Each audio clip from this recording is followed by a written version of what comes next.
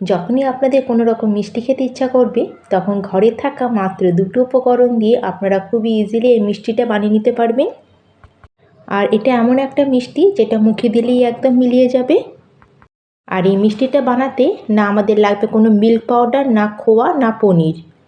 Hi hello নমস্কার, আমি অর্পিতা। আমার চ্যানেলে আরেকটি নতুন মজাদার রেসিপি দেখার জন্য আপনাদের অনেক অনেক স্বাগত। তাহলে চলুন বন্ধুরা, শুরু করা যাক।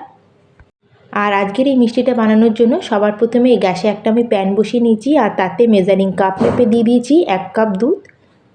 এখানে আমি জাল দেওয়া গরুর দুধ ব্যবহার করেছি, আপনারা যে কোনো দুধ এখানে ব্যবহার করতে পারেন। আর দুধটা একটু গরম হলে এর মধ্যে অ্যাড করে দিচ্ছি আমি 1/2 চামচ মতো এলাচ পাউডার। আর তার সাথে এখানে দিয়ে দিচ্ছি আমি 1 পিঞ্চ মতো কেশর। এখানে কিন্তু কেশরটা অ্যাড করা কিন্তু পুরোপুরি অপশনাল, আপনাদের কাছে না থাকলে এটা পুরোপুরি আপনারা স্কিপ করতে পারেন। এলাচ পাউডার আর কেশরটা দিয়ে এখন আমরা দুধের মধ্যে এটাকে খুব ভালো করে মিশিয়ে নেব। আর এটা মিশানো হয়ে গেলে এখন এর মধ্যে আমি দেখুন সামান্য একটু নিয়ে নিয়েছি খাবার সোডা। এখানে কিন্তু আমি বেকিং পাউডারের ব্যবহার করিনি, খাবার সোডা অ্যাড করেছি। খুব সামান্য পরিমাণে দিতে হবে, 1 পিঞ্চ মতো। আর সব কিছুকে দুধের মধ্যে ভালো করে একটু মিশিয়ে এখন আমি এর মধ্যে অ্যাড করে দিচ্ছি সুজি। যে কাপ মেপে এখানে আমি 1 কাপ দুধ নিয়েছিলাম সেই কাপেরই কিন্তু এখানে আমি 1 কাপ সুজি নিয়েছি। এই মিষ্টিটা বানানোর জন্য এখানে আমি কিন্তু একটু ফাইন সুজির ব্যবহার করেছি। আপনাদের যদি এখানে সুজিটা একটু মোটা দানার থাকে তাহলে একটু মিক্সিং জারে ঘুরিয়ে এটাকে একটু ফাইন করে নেবেন। সুজিটা কিন্তু মিক্স করার সময় আমাদের গ্যাসের ফ্লেমটা একদম লোতে থাকবে, লো ফ্লেমে কিন্তু আমাদের অল্প অল্প করে সুজি দুধের মধ্যে অ্যাড করতে হবে। এইভাবে পুরো সুজিটাকে কিন্তু আমাদের দুধের মধ্যে দিয়ে দিতে হবে। সুজিটা দুধের মধ্যে দেওয়ার পরে সঙ্গে সঙ্গে দেখবেন যে সুজিটা পুরো দুধটা অ্যাবজর্ব করে নিয়েছে। এখানে কিন্তু সুজি আর দুধের পরিমাণটা আমি সেম রেখেছি, সেজন্য কিন্তু এখানে কোনো রকম ডো ফর্ম তৈরি হবে না। খালি সুজিটা যখন দুধের সাথে ভালো করে মিক্স হয়ে এরকম একটু শুকনো মতো হয়ে যাবে তখনই কিন্তু আমাদের গ্যাসের ফ্লেমটাকে বন্ধ করে দিতে হবে। আর এখানে সুজিটা কিন্তু পুরো দুধটা অ্যাবজর্ব করে একটু ঘন মতো হয়ে গেছে, ঠিক এরকমই আমাদের টেক্সচার এখানে চাই। গ্যাসের ফ্লেমটাকে আমি বন্ধ করে দিচ্ছি আর এটাকে এখন আমরা নামিয়ে একটা প্লেটের মধ্যে ঢেলে নেব। আর সুজির মিক্সারটাকে প্লেটের মধ্যে ঢেলে এখন এটাকে আমরা একটু ঠান্ডা হওয়ার জন্য ছেড়ে দেবো। এখানে কিন্তু সুজিটাকে প্লেটের মধ্যে ঢালা হয়ে গেলে এটাকে কিন্তু আমরা খুব বেশি ঠান্ডা করব না, হালকা একটু উষ্ণ গরম থাকা অবস্থায় কিন্তু এটা আমাদের মেখে নিতে হবে। আর এই সুজির এই মিক্সচারটাকে আমি ছেড়ে রেখেছিলাম প্রায় 2 থেকে 3 মিনিট মতো হয়ে গেছে। এটা কিন্তু আগের থেকে হালকা একটু ঠান্ডা হয়ে গেছে, এটাকে কিন্তু পুরো ঠান্ডা করলে হবে না। সুজির এই মিক্সারের মধ্যে এখন আমি অ্যাড করে দিলাম 1 চামচ মতো আটা। এটা কিন্তু আমরা এখানে বেশি অ্যাড করব না, সামান্যই 1 চামচ মতো দেবো। এটা কিন্তু এখানে মিষ্টিতে একটা বাইন্ডিংয়ের কাজ করবে। এখন আমাদের সুজিটাকে আটার সাথে ভালো করে হাত দিয়ে এভাবে একটু মিশিয়ে নিতে হবে। আটাটাকে এখানে খুব ভালো করে আমি হাত দিয়ে সুজির মধ্যে মিশিয়ে নিয়েছি।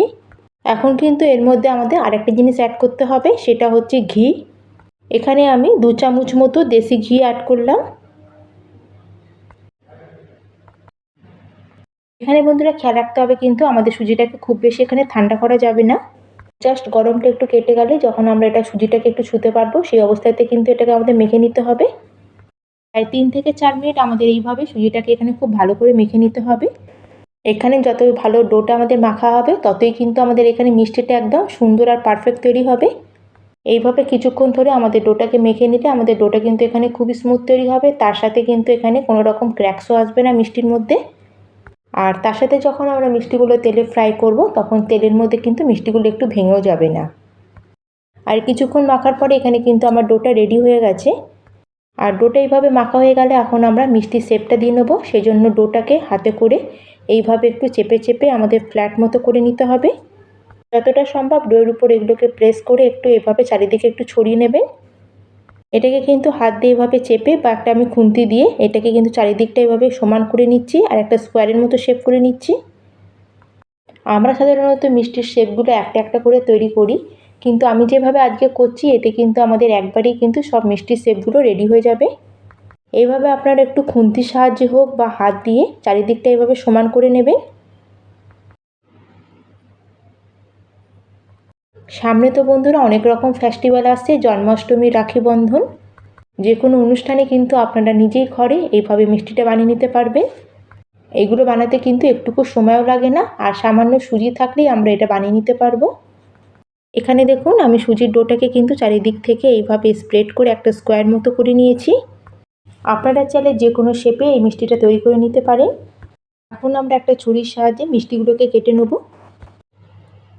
এখান থেকেও মিষ্টিগুলোকে আমি এভাবে ছোট ছোট স্কোয়ার মতো করে কেটে নিচ্ছি। এখানে দেখুন বন্ধুরা কত সুন্দর কিন্তু আমাদের মিষ্টিটা এখানে সেট হয়ে গেছে। এখানে কিন্তু আমি একটু বড় করেই মিষ্টির শেপগুলোকে তৈরি করে নিয়েছি। আপনারা চাইলে এর থেকে একটু ছোটো সাইজ করে বানিয়ে নিতে পারেন। এখানে কিন্তু আমার সব মিষ্টির শেপগুলো একদম রেডি হয়ে গেছে। আমরা একবারই কিন্তু কতগুলো মিষ্টি একসাথে রেডি করে নিলাম। এখানে আপনাদের যদি মিষ্টির শেপটা একটু খারাপ হয়ে যায় তাহলে আপনারা হাত দিয়ে একটু ঠিক করে নেবেন। মিষ্টিগুলো তৈরি করে এখন এটাকে আমরা সাইডে রেখে দেবো। আর আমাদের এই মিষ্টির জন্য একটা সুগার সিরাপ মানে চিনির রসটা তৈরি করে নেবো। তার জন্য গ্যাসে একটা কড়াই বসিয়ে নিয়েছি। আর তার মধ্যে আমি দিয়ে দিলাম 1 কাপ মেপে চিনি। আর যে কাপ মেপে আমি এখানে 1 কাপ চিনি নিয়েছি সেই কাপ মেপে এখানে আমি অ্যাড করে দিলাম 1 কাপ জল। এখন আমরা গ্যাসের ফ্লেমটাকে একদম হাইতে করে দেবো। আর হাই ফ্লেমে আমাদের চিনিটাকে এখানে জলের মধ্যে খুব ভালো করে মিশিয়ে নিতে হবে। এখানে কিন্তু আমরা কোনো রকম একতার বা দুতারের চাশনি করব না। আমরা যেরকম গোলাপ জামুন বানানোর জন্য যেরকম আমরা মিষ্টির রসটা তৈরি করি একটু পাতলা করে কিন্তু রসটা তৈরি করতে হবে। রস এখানে যত ভালো পাতলা হবে ততই কিন্তু রসটা খুব ভালো মতো মিষ্টির মধ্যে যাবে। এখানে কিন্তু চিনিটা খুব ভালো মতো মেল্ট হয়ে গেছে জলের মধ্যে। আর আমাদের রসটা এখানে ফুটতে শুরু হয়ে গেছে।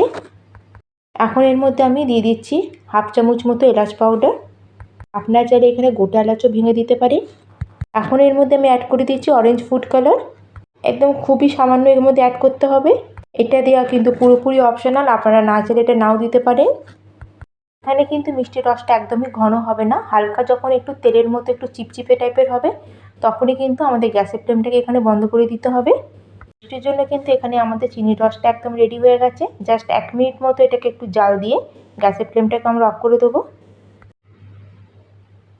রসটা তাহলে এখানে আমাদের রেডি হয়ে গেছে। এখন এটাকে সাইডে রেখে আমরা চলে যাব নেক্সট প্রিপারেশনে। এবার মিষ্টিগুলো ফ্রাই করার জন্য আমি একটা প্যানের মধ্যে কিছুটা পরিমাণে তেল গরম হতে বসিয়ে দিয়েছিলাম। তেলটা ভালো মতো যখন গরম হয়ে যাবে তখন আমাদের বানিয়ে রাখা মিষ্টিগুলোকে এক এক করে আমরা তেলের মধ্যে দিয়ে দেবো। মিষ্টিগুলোকে দেওয়ার পরে গ্যাসের ফ্লেমটাকে আমরা মিডিয়ামে করে দেবো। মিডিয়াম ফ্লেমে এখন আমাদের এগুলোকে উল্টে পাল্টে ভালো করে সেঁকে নিতে হবে যাতে ভেতর পর্যন্ত এগুলো কুক হয়ে যায়। প্রথমে কিন্তু তেলটাকে খুব ভালো করে গরম করে নেবেন, তারপরে কিন্তু গ্যাসের ফ্লেমটাকে মিডিয়ামে করে দেবেন। এখানে কিন্তু প্যানের মধ্যে একসাথে সব মিষ্টি অ্যাড করে দেবেন না, যতগুলো ধরবে ততগুলো দিয়ে ফ্রাই করবেন। মিষ্টিগুলোকে তেলের মধ্যে দেওয়ার সঙ্গে সঙ্গে কোনো রকম টাচ করবেন না। যখন দেখবেন একদিকটা হালকা একটু কালার চলে এসেছে তখন এগুলোকে একটু উল্টে দেবেন। এভাবেই কিন্তু মিডিয়াম ফ্লেমে মিষ্টিগুলোকে উল্টে পাল্টে দুদিকটা সুন্দর গোল্ডেন কালার আসা পর্যন্ত আমরা এগুলোকে ফ্রাই করে নেব। এখানে কিন্তু মিষ্টিগুলো সুন্দর গোল্ডেন কালার করে ফ্রাই হয়ে গেছে। এখন এইভাবে যখন কালার চলে আসবে তখন মিষ্টিগুলোকে আমরা ভালো করে তেল ঝরিয়ে এক এক করে তেল থেকে বার করে নেব। আর মিষ্টিগুলোকে ফ্রাই করার সঙ্গে সঙ্গে এগুলোকে বার করে আমরা চিনির রসের মধ্যে দিয়ে দেবো। মিষ্টিগুলোকে রসের মধ্যে দেওয়ার পরে গ্যাসের ফ্লেমটাকে এখন অন করে দেবো। প্রায় 2 থেকে 3 মিনিট আরও আমরা এগুলোকে রসের মধ্যে একটু ফুটিয়ে নেব। এতে আমাদের এই মিষ্টিগুলো কিন্তু একদম ভেতর পর্যন্ত খুব ভালো মতো রস ঢুকে যাবে। মিষ্টিগুলোকে রসের মধ্যে দেওয়ার পরে এইভাবে আমরা প্রায় উল্টে পাল্টে 2 থেকে 3 মিনিট রসের মধ্যে একটু ফুটতে দেবো। এবার আমরা গ্যাসের ফ্লেমটাকে অফ করে দেবো আর এটাকে আমরা কভার করে প্রায় 1 ঘন্টার জন্য ছেড়ে দেবো যাতে রসটা খুব ভালো মতো মিষ্টির মধ্যে ঢুকে যায়। প্রায় 1 ঘন্টা মতো হয়ে গেছে। এখন আমরা কভারটা সরিয়ে এটাকে চেক করে নেব। এখানে দেখুন বন্ধুরা রসটা কিন্তু কতটা কমে গেছে আর পুরো মিষ্টিটা কিন্তু রসটা পুরো অ্যাবজর্ব করে নিয়েছে। তার সাথে মিষ্টি রসটা অ্যাবজর্ব করার পরে মিষ্টিটা কিন্তু সাইজে ফুলে কতটা বড় হয়ে গেছে। আর এখানে দেখুন বন্ধুরা মিষ্টিটা কতটা লোভনীয় তৈরি হয়েছে।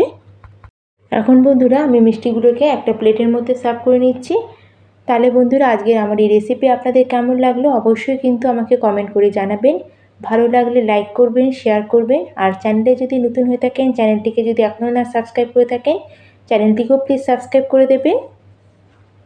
এখানে মিষ্টিগুলোকে আমি প্লেটের মধ্যে সার্ভ করে নিয়েছি। এখন আমি এর উপরে গার্নিশিংয়ের জন্য সামান্য একটু বাদাম কুচি দিয়ে দিলাম। আপনাদের কাছে যা ড্রাই ফ্রুটস থাকবে সেটা দিয়ে আপনারা এটা সার্ভ করে নিতে পারেন। এখানে একটা মিষ্টি আমি আপনাদের কেটে দেখাচ্ছি। আপনারা মিষ্টি কাটা দেখেই বুঝতে পারবেন যে মিষ্টিগুলো কতটা সফট তৈরি হয়েছে।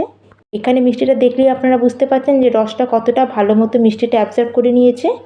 তার সাথে কিন্তু মিষ্টিগুলো খুবই সফট আর স্পঞ্জি তৈরি হয়েছে, মুখে দিলেই কিন্তু একদম মিলিয়ে যাবে। ঘরে কোনো পুজো পার্বণ হোক বা কোনো অনুষ্ঠানে খুব ইজিলি আপনারা মাত্র সুজি দিয়েই এই মিষ্টিটা রেডি করে নিতে পারবেন। তাহলে আজকের মতো এখানেই শেষ করলাম। আবার চলে আসবো অন্য একটি নতুন রেসিপি নিয়ে। ধন্যবাদ।